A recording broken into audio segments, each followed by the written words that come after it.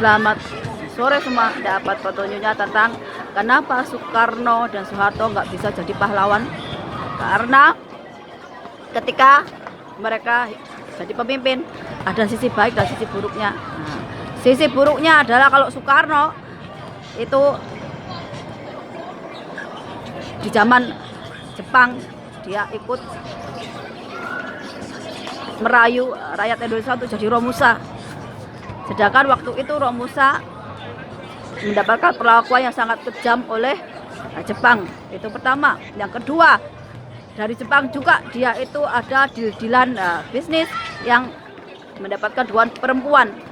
Sudah tahu kan bahwa zaman dulu perempuan itu digunakan untuk politik, juga untuk melancarkan bisnis. Itu udah rahasia umum, nggak hanya sekarang, tapi dari mulai zaman bahwa perempuan dan uang itu bagian dari bisa nyogok. Dan belum lagi dengan banyak sekali orang yang berseberangan dengan Soekarno itu berakhir di penjara ataupun dituduh sebagai pengkhianat. Karena apa? Karena beda politik. Dan untuk Soeharto, tentu aja kalian tahu bahwa di zaman Soeharto banyak aktivis ataupun pejuang yang mengatakan kebenaran seperti Marsina dan UD dan lain-lainnya itu sampai sekarang nggak mendapatkan keadilan, malah artinya dibungkam. Sampai sekarang nggak dapat keadilan itu. Jadi kasus-kasus yang berdarah seperti ini nggak pantas untuk mereka mendapatkan gelar pahlawan. Apalagi mereka nggak gugur di medan perang. Mereka masih hidup dan mereka menikmati hasil kekayaan alam Indonesia. Bahkan sampai sekarang anak keturunan mereka mendapatkan privilege ataupun diistimewakan di Indonesia. Itu udah bonus ataupun udah keuntungan bagi mereka berdua, dan mereka berdua nggak pantas untuk dapat gelar pahlawan. Yang pantas dapat gelar pahlawan adalah orang-orang yang gugur di medan perang, yang semasa hidupnya itu nggak menikmati pengorbanannya. Masih banyak loh pejuang veteran atau mantan tentara yang dulu ikut berjuang di zaman kemerdekaan, hidupnya malah miskin, hidupnya malah terlunta-lunta. Berbeda dengan orang-orang yang mungkin dulu nggak ikut berjuang ataupun dulu nggak ikut menghalau penjajah, tapi malah mereka menikmati hasil dari keuntungan setelah kemerdekaan. Dan ini yang bikin dua tokoh itu nggak pantas untuk mendapat gelar pahlawan, karena ada yang lebih pantas untuk dapat gelar pahlawan. Ini pertama. Kedua, karena aku baru belajar juga nih, biasanya nih kalau aku lagi dapatin rezeki, uang, kerjaan, baru aja aku tuh udah sombong ataupun aku udah lupa nih bahwa oh di sebagian rezeki itu ada haknya orang lain, ataupun oh aku tuh harus rajin-rajin sedekah, harus rajin-rajin berbagi dengan orang lain. Itu cara baik untuk membalas kebaikan Tuhan, kebaikan alam semesta. Jadi ketika aku disadarkan seperti itu, ada penyesalan. Kenapa? Kenapa ketika kita udah kerja, kita udah punya uang, timbul pikiran bahwa oh itu hak kita karena kita kerja, ataupun itu mutlak hak kita, tanpa mungkin kita lupa sedekah, lupa berbagi dengan orang lain. Itu kenapa orang yang menyantuni anak fakir, ya miskin, yatim piatu, orang-orang lansia, orang-orang jompo dan sebagainya, hidupnya lebih makmur. Dan aku itu juga belajar tentang di luaran sana banyak sekali yang jadi pedagang, jadi pengajar, ataupun orang yang kerja keras tapi masih menjalankan, mungkin dia ngajarin ngaji ataupun dia jadi seorang pendeta ataupun melakukan hal-hal yang berbau spiritual ataupun rohani gratis tanpa minta bayaran.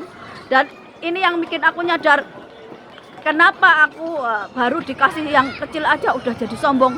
Makanya apa yang udah dikasih diambil lagi, dan itu bikin aku sadar. Dan lagi satu kejelekanku adalah, oh ketika aku udah punya kerjaan, punya uang misalnya, yang aku cari bukan lagi Tuhan, tapi apa? Dukun, orang pintar. Dan ini udah kejadian sekali 2 kali. Entah aku nyari pegangan, aku nyari apa. Dan ini bikin aku sadar, ketika Tuhan ngambil itu semua lagi, berarti apa? Ada yang harus aku perbaiki. Dan ini yang bikin aku sadar banget bahwa kalau Tuhan udah ngasih ke saya, berarti saya yang harus menjaga sikap. Ini yang nggak belajar dari kitab, tapi belajar dari apa yang udah terjadi ke kita. Ini yang aku sharing ke orang lain, sharing ke kalian, bahwa terkadang kenapa kita itu dikasih miskin, dikasih kesulitan, masalah dan sebagainya. Mungkin karena kita kurang berbagi dengan orang lain, kita kurang berbuat baik dengan orang lain, kurang berdharma dengan orang lain, ataupun terkadang kita suka berbuat jahat sama orang lain.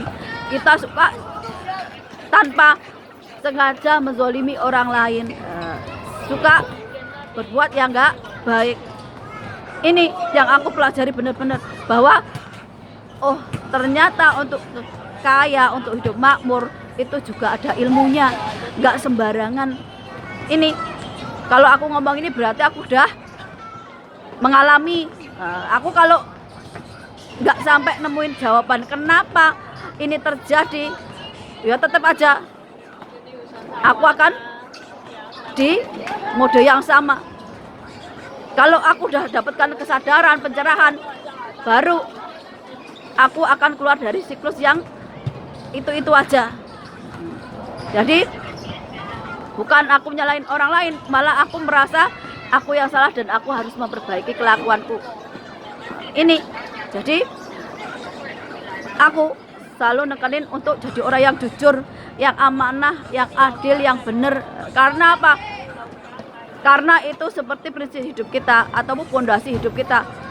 Mau dunia hancur sekalipun, walaupun kita di antara orang-orang yang tamak, rakus, orang-orang yang jahat, tapi ketika kita punya keyakinan yang baik, maka hidup kita juga akan baik.